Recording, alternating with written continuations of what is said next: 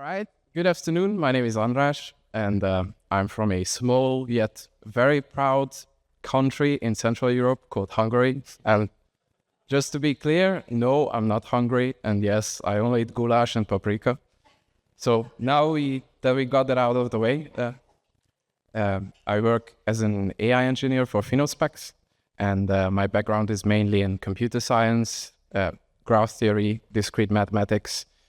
So, the stuff that typically has nothing to do with plants. And at Phenospex, I was lucky to participate in several projects where I learned a little bit more about plants and more specifically, more about the processes that are typically involved in industrial plant phenotyping. By talking to our customers and visiting our clients, we see and understand that space is a very precious, expensive, and limited resource. And because of that, in these facilities, choosing for the integration of some sort of a sensor-to-plant imaging system is often an attractive solution. However, most of the sensor-to-plant imaging systems will have some sort of a limitation about the density of the plants that they can deal with while still extracting individual plant parameters. And because of that can be a problem because that has a direct impact on the capacity of the facility and it also has a direct impact on the throughput.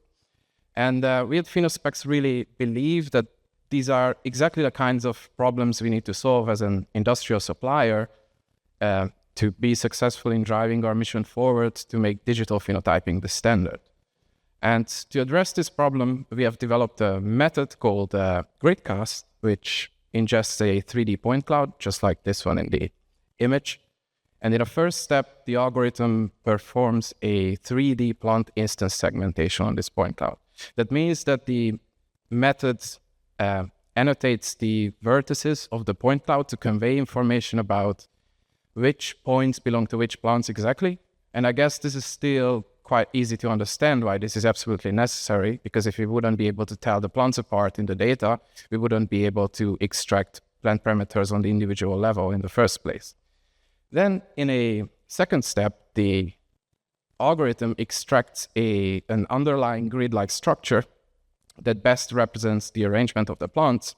And this grid-like structure that we often refer to as the plant grid or the phenotyping grid is a very typical arrangement of plants in phenotyping experiments. And I guess this is not very easy right now to appreciate why this problem is difficult and why it's important to solve it, because you could say, well, as a human, when I look at this image, I could very easily count how many rows and columns are there, and I could possibly even just draw in this underlying plant grid. However, if I take the plants away, that's a bit slow, maybe it's a little bit easier now to see why this problem is not so straightforward to solve.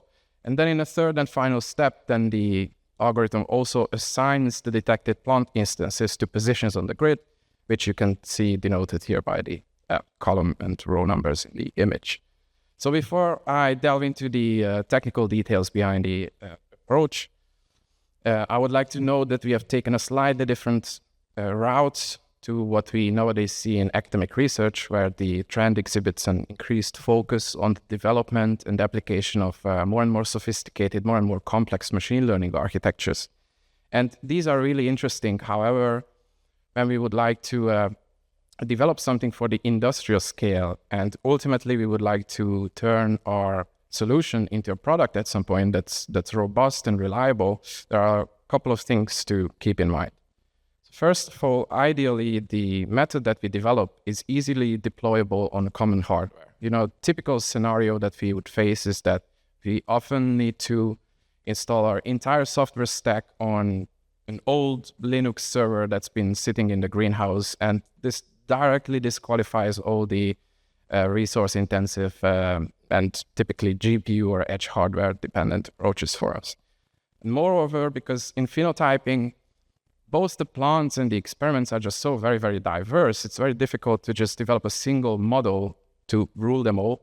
And because of that, we really wanted to develop something that is adaptable and can be quickly and easily trained on a per experiment basis.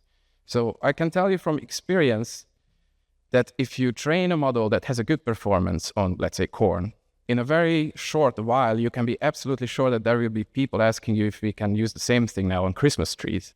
And typically the answer is no. Unfortunately, we need some kind of an adaptation.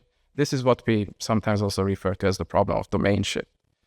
And I would like to show you the approaches that the pipeline that we developed in technical detail and take you through the journey that the data takes through the system. And it all starts here. This is a typical setup at Phenospex. This is a multi-view, multi-spectral high-resolution 3D scanner system. This one is called the field scan, and it's equipped with a pair of PlantEye F6001 3D scanners. And the data that comes out of this setup is a point cloud that already contains fused spatial and spectral information. And I can say as a developer, this is kind of a luxury to already be able to start with a rather powerful data representation. And instead of taking these point clouds and now directly gushing them into some machine learning model and then hoping for the best, we have come up with a compact 2D data representation approach.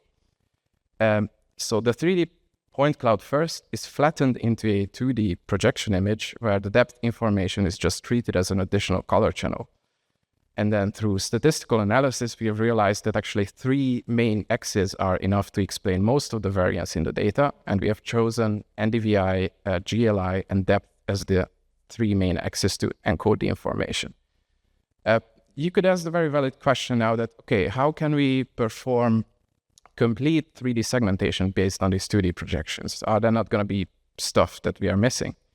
And to understand that, it's important to note that these 2D projections are generated from the view of the scanner, which then results in a direct one-to-one correspondence between the 2D pixels of the projection and the 3D vertices of the point cloud. This is a very desirable situation because it means that any kind of annotation extraction we perform on this 2D projection, which is much cheaper than doing it in 3D, will be directly translatable to the 3D point cloud without the loss of any data or without the loss of any resolution. And this really just allows us to open up our trusted, industry-proven 2D ISTA segmentation framework. That's exactly what we did. We chose a YOLO variant for this task that generates both bounding boxes and segmentation polygons. But I'm not going to talk about the object detector in more detail because these are very well described in literature. But even though these segmentation frameworks are very well known and are proven, the successful use of these frameworks is still dependent on the availability of a large volume of training data, of course, and the domain shift. So, the whole corn versus Christmas tree thing is still a problem. So to address these problems, we are using methods called weak supervision and self-training. And instead of giving you the theory, I will show you how it works in practice. So as step 1, we generate some initial training data set in which the plants are placed far from each other. And we just do this by using our physical setup.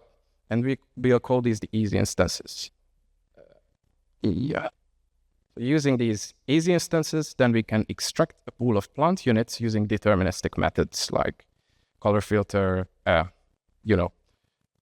simple stuff. And this is what we refer to as weak supervision because we are not doing any exact manual annotation. We are just using some heuristic methods to then build up our plant unit pool. And then we can use this extracted pool of plant units to now generate increasingly more and more difficult training instances. And we do this through just standard data augmentation processes that are well known in image processing. So now as we are generating these more and more difficult examples on the fly, instead of directly feeding them into our network, first we perform a zero-shot detection on a batch that we have generated. And we only add the ones to our training set, which were already predicted with a high confidence and with a good result. And this is what we call self-training, and this is immensely useful in applications when you would like to make the training process as automated as possible. And because your training curves will be a lot more predictable, the stopping conditions will be determined much more easily. And this is, again, a very desirable outcome because now we can train an instance segmentation model that works in 3D relatively cheaply and we don't need to do any kind of manual annotation. And also because of the whole self-training stuff, the training regime, we are effectively abstracting away all the machine learning complexity from the user. And we would really like our users to be focused on the phenotyping and not sitting in front of the screen drawing bounding boxes.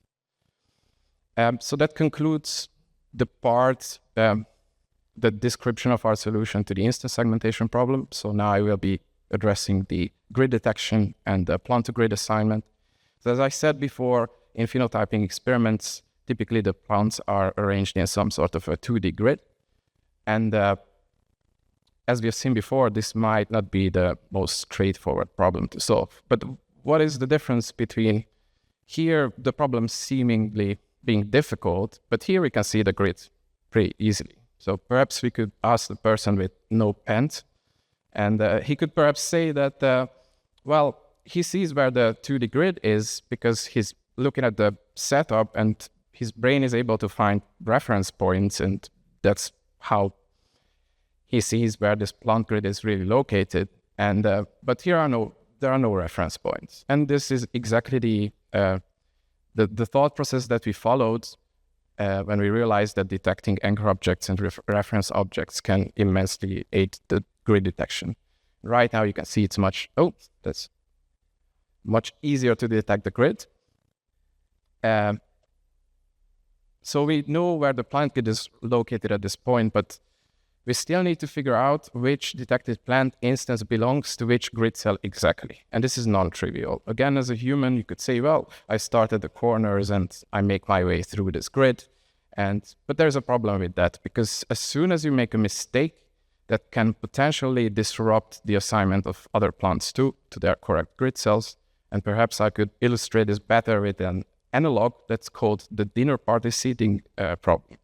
So, dinner parties typically at traditional weddings, there is a very strict etiquette on who should sit where. But let's say there's this one person who just really doesn't want to sit next to their mother-in-law and requests to be seated somewhere else. And you as the party organizer would like to honor this request, but at the same time, you would still like to stick to the protocol as much as possible. And you will soon realize that you have to replan the entire arrangement around the table to accommodate for this request. And in computer science terms, we would say that we are looking for the globally optimal solution, or that we are solving a global optimization problem. And that is what is common with the plant-to-grid assignment problem.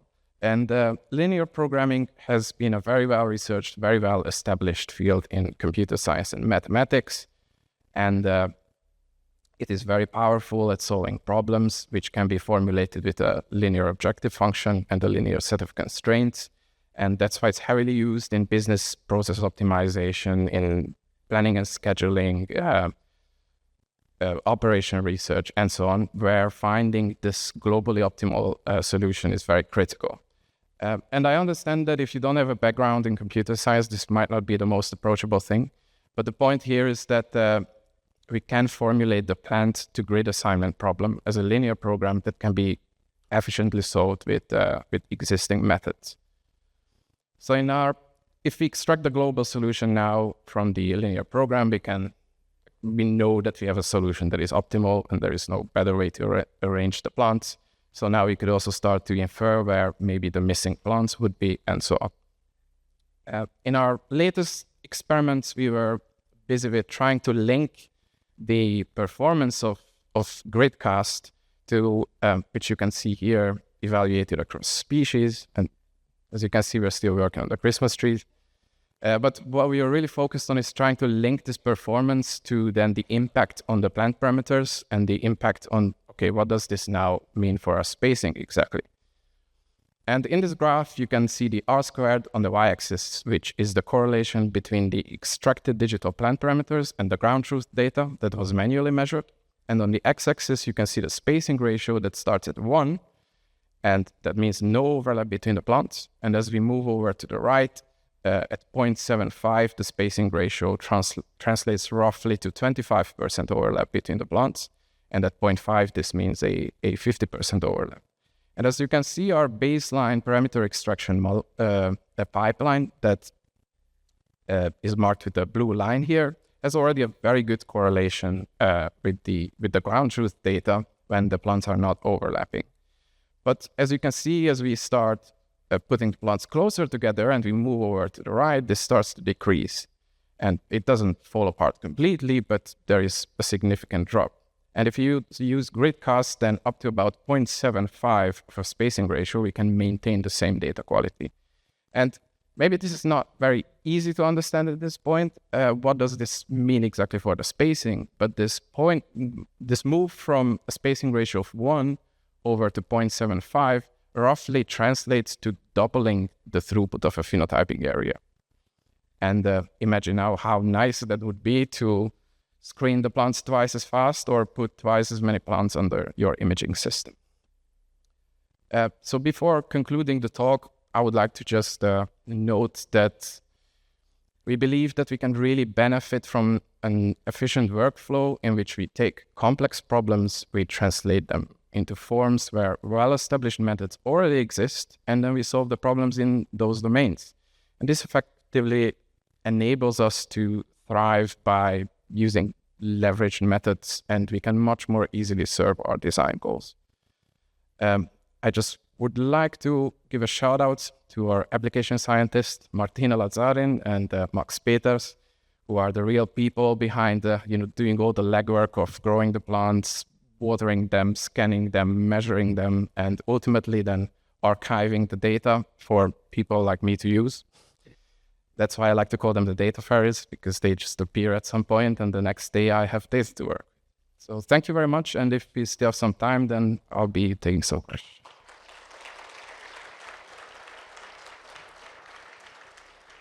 You got that? What? That? A lot of elegant work to some simple problems here. One of the ones I was really excited about was you're representing depth as part of an image. Can you say more about that? So it's really just taking the what comes out of the 3D scanner is a 3D point cloud, right? And there, if you orient the point cloud in a way that Z is pointing up, then essentially you can turn it into a height field, which just becomes an extra color channel in your 2D image. So it's just the vertex. It's not the whole plant. It's the single vertex of the apex of. So you have a vertex with XYZ coordinates, right? And then you just turn the Z coordinate into color information. And then the whole thing becomes flat. And yeah, that's pretty much. Does that answer your questions? Yes.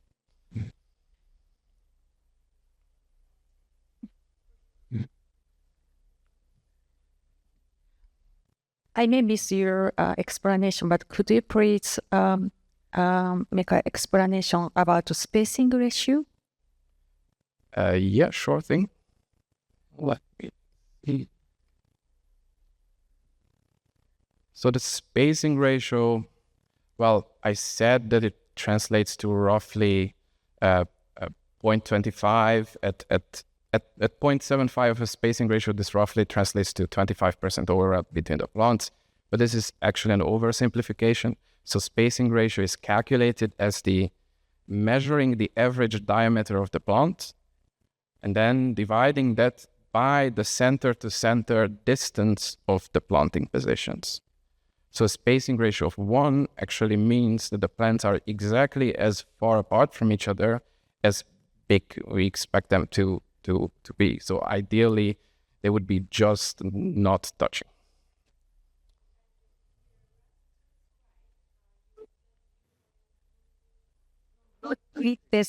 From grid design to anchor design. So your last slide. Next one. Next one. Yes. Grid design to anchor detection. What does anchor detection mean? So we did the anchor detection to then be able to get some additional information about the images that makes the grid detection a lot easier for us.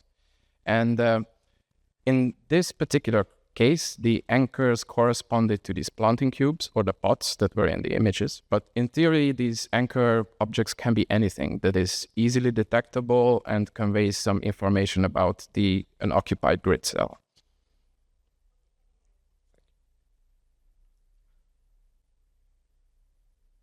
Yeah, 5 minutes. Here.